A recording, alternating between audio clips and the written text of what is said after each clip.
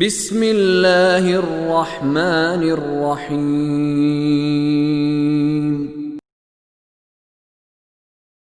قل أفغير الله تأمروني أعبد أيها الجاهلون ولقد أوحي إليك وإلى الذين من قبلك لئن أشركت ليحبطن عملك ولتكونن من الخاسرين بل الله فاعبد وكن من الشاكرين وما قدر الله حق قدره والأرض جميعا قبضته يوم القيامة والسماوات مطويات بيمينه سبحانہ وتعالی عما یشرکون۔ اے رسول کہہ دیجئے، کیا اے جاہلو، کیا تم مجھے یہ کہتے ہو، حکم کرتے ہو کہ میں اللہ کے علاوہ کسی اور کی عبادت کروں؟ لفظ ایھا الجاہلون، اے جاہلو، تم مجھے کہتے ہو اللہ کو چھوڑ کر کسی اور۔ یہ اسلام کی کمزوری کے دن ہے، یعنی اسلام کمزور ہے، مکہ میں ہے، رسول اللہ کی ٹیم مارے کھا رہی ہے، لیکن جب توحید کی بات آتی ہے تو اللہ تعالیٰ کہتا ہے اس طرح بتاؤ، اے جاہل۔ اب کسی کو جاہل کہا جائے، وہ اپنے آپ کو پی ایچ ڈی ڈاکٹر سمجھتا ہو، اور وہ جو مکے کے تھے اپنے آپ کو کوئی چیز سمجھتے تھے، ان کو کہا جائے ابے جاہلو، تم مجھے کہتے ہو خدا کو چھوڑ کر میں کسی اور کی وہ کروں، عبادت کروں۔ اب اگلی آیت سنیے، اور یقیناً اے رسول آپ کی طرف بھی وحی کی گئی ہے، اور آپ سے پہلوں کی طرف بھی، آپ سے پہلے جو نبی آئے تھے ان کو بھی یہ وحی کی گئی تھی کہ اگر آپ نے بھی شرک کیا تو آپ کے بھی سارے اعمال ضائع ہو جائیں۔ نعوذ باللہ، اللہ کے نبی پاک ہیں کہ وہ شرک کریں، لیکن یہ خبردار کیا جا رہا ہے کہ قانون ایک ہے، اگر خدا کے ساتھ بفرض محال ناممکن کو فرض کرے، اگر اللہ کا نبی بھی کرے، اللہ فرما رہا ہے لَيَحْبَطَنَّ حتمن حتمن حتمن، 3 تاکیدیں ہیں، تیرا عمل ضائع ہو جائے، حبط ہو جائے گا، اور آپ یقیناً خسارہ اٹھانے والوں میں سے ہو جائے۔ اب یہ شرک کی آپ خطرناکی دیکھیں کتنی زیادہ،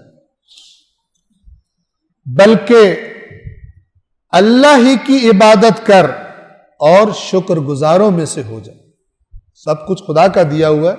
اس کا شکر گزار بن، غیر اللہ کی طرف کو اللہ کے ساتھ کسی معاملے میں شریک نہ بنا۔ اور یہ بیان کرنے کے بعد پھر گویا کہ جو لوگ شرک کرتے رہتے ہیں اس کو ذہن میں رکھتے ہوئے اللہ کیا فرماتا ہے،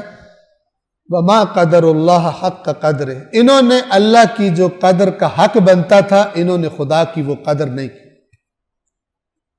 ٹھیک ہے نا، کسی کو اچھا باپ ملے پیار کرنے والا اور وہ باپ کا نافرمان بن جائے تو لوگ کیا کہیں گے، اتنے اچھے باپ کی تو نے قدر نہیں کی، بے قدر ہے۔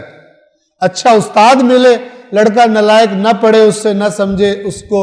سے استفادہ نہ کرے، فیل ہو جائے تو لوگ کہیں گے کہ تو نے اپنے استاد کی قدر نہیں کی۔ تو یہاں قرآن کیا فرماتا ہے، جو اللہ کی قدر کا حق بنتا تھا انہوں نے اللہ کی قدر شناسی نہ کی جیسا حق تھا قدر کا، اور قیامت کے دن یعنی جس کی قدر نہیں کی انسانوں نے، وہ ہے کون؟ قیامت کے دن پوری زمین اس کے قبضہ قدرت میں ہوگی اور آسمان اس کے دست قدرت میں لپٹے ہوئے ہوں گے۔ قیامت کے دن پوری زمین اس کے، یہ یمین کا لفظ آیا ہے، یمین دائیں ہاتھ کو بھی کہتے ہیں، اور یمین چونکہ دائیں ہاتھ طاقت زیادہ کام اس سے ہوتا ہے، طاقت کے لیے بھی کہتے ہیں۔ ویسے ہم آپ کو بتا چکے خدا کا کوئی دایاں بایاں ایسا نہیں ہے، خدا کا دایاں ہاتھ ہے تو بایاں، خدا کے لیے کوئی ڈائریکشن نہیں ہے، وہ ہر جگہ پر ہے، مشرق میں مغرب میں ہر جگہ پر موجود ہے۔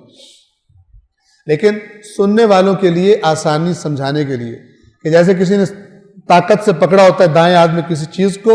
اس طرح ساری کی ساری زمین اس کے قبضہ قدرت میں ہوگی، آج بھی ہے، اس دن کھل کے سامنے آ جائے گا، جیسے آگے ابھی آیات آ جائیں گے۔ اور آسمان سارے مطویات، لپٹ کر،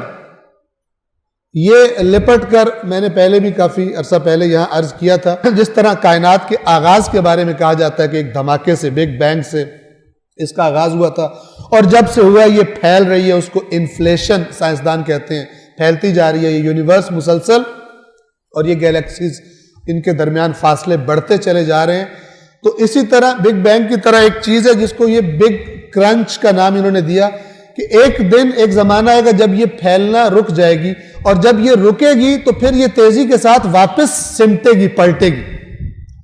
اس کو قرآن مجید نے بیان فرمایا کہ جس طرح ہم نے کائنات کو خلقت کا آغاز کیا تھا، اسی طرح ہم اس کو دوبارہ واپس پلٹا دیں گے۔ اور وہاں پہ لفظ یہ ہے کہ جس دن ہم آسمان کو اس طرح لپیٹ دیں گے جس طرح تم کچھ لکھ کر لپیٹ دیتے ہو، جیسے پرانے زمانوں میں وہ لپٹے ہوئے خطوط ہوتے تھے، ان کو کھول کے پڑھا جاتا تھا، پھر اس کو اسی طرح لپیٹ دیتے تھے، آپ نے دیکھا ہوگا۔ تو یہاں بھی اللہ فرما رہا ہے کہ آسمان، یعنی یہ ساری کی ساری کائنات یہ لپٹی ہوئی ہوگی اور خداوند عالم کے ہاتھوں میں ہوگی۔ سبحانہ و تعالی، وہ پاک ہے اور وہ بہت اونچا ہے ان باتوں سے، ان چیزوں سے جن کو یہ لوگ اس کے ساتھ شریک بناتے ہیں، وہ شرک سے پاک اور بالاتر ہے۔ صدق اللہ العلی